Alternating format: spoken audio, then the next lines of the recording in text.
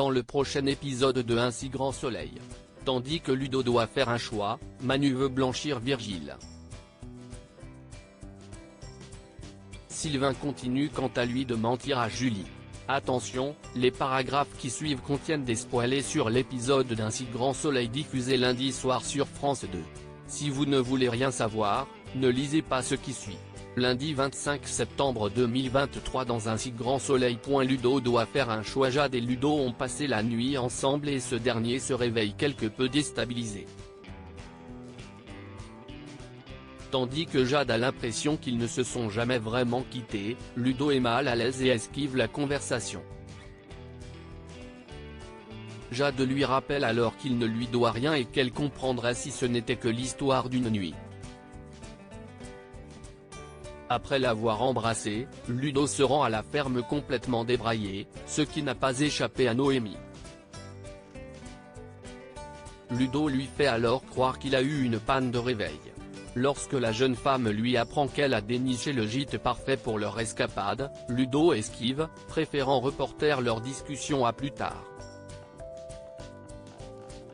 Il assure toutefois qu'il a toujours très envie de partir avec elle. Non loin de là, Jade raconte à Sandra la soirée qu'elle a passée avec Ludo. Certaine qu'elle a encore une chance avec lui, Jade est prête à l'attendre le temps qu'il faudra sans lui mettre la pression. En parallèle, Ludo passe à la galerie pour remonter le moral d'Alix.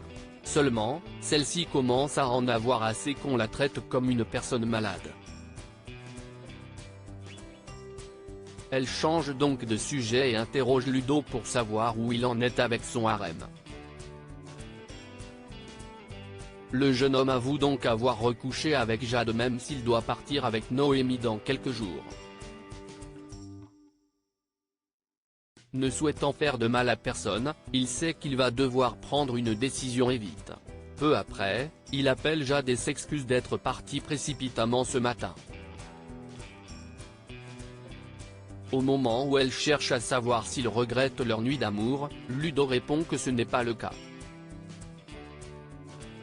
Bien qu'il n'ait jamais ressenti ça pour quelqu'un, il reconnaît cependant qu'il est paumé.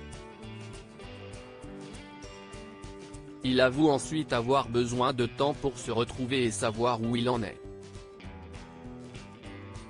Compréhensive, Jade l'enjoint à prendre le temps qu'il faudra. Manu veut blanchir Virgile et l'affaire du trafic de Bouddha Blue et la fuite de Virgile Berville intéresse de près les journalistes. D'ailleurs, le procureur Bernier est interviewé par France Bleu Héros. De leur côté, Nathalie et Tom écoutent attentivement la radio. Et autant dire que la mère de l'adolescent était loin de se douter que Virgile était impliqué dans un tel trafic et encore moins qu'il ait pu tuer un homme. Des propos qui agacent Tom qui assure à sa mère que Virgile est un homme bien. Inquiète pour son fils, Nathalie cherche alors à savoir s'il a quelque chose à voir avec cette histoire. Tom le conteste puis somme sa mère d'arrêter de le saouler avec ses questions mais surtout d'arrêter de parler de l'homme qu'il a protégé comme d'un meurtrier. Au commissariat, le commissaire Becker demande à Manu où se trouve Virgile. S'il l'ignore, le capitaine Léonie promet en revanche de le tenir informé si Berville venait à le contacter. Pour sa part, Emma appelle Tom pour prendre de ses nouvelles. En effet, la jeune femme a entendu les infos à la radio et se fait du souci pour son frère. Tom lui avoue donc qu'il culpabilise d'avoir détruit la vie de la seule personne qui comptait pour lui. Pour le réconforter, Emma lui fait comprendre qu'elle ne le laissera jamais tomber. Alix est quant à elle sans nouvelles de Virgile et craint de ne plus jamais en avoir. Hélène la pousse alors à prendre quelques jours de congé pour se changer les idées mais Alix préfère s'occuper l'esprit.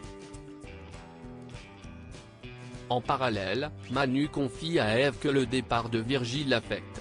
Tandis que la professeure de français regrette de ne pas lui avoir dit au revoir, Manu s'en veut de n'avoir rien pu faire pour l'aider. Et autant dire que le policier veut démonter le trafic de drogue pour blanchir Virgile. Sylvain continue de mentir à Roulier à Elle.Cosmétique, Léonore est agacée. Et pour cause, toutes les fiches de paie sont fausses et les impôts ne sont pas passés. Comme la mise à jour du logiciel effectuée par Sylvain n'a servi à rien, Léonore a perdu une semaine de travail. Pour ne pas perdre plus de temps, Berthier appelle immédiatement Sylvain.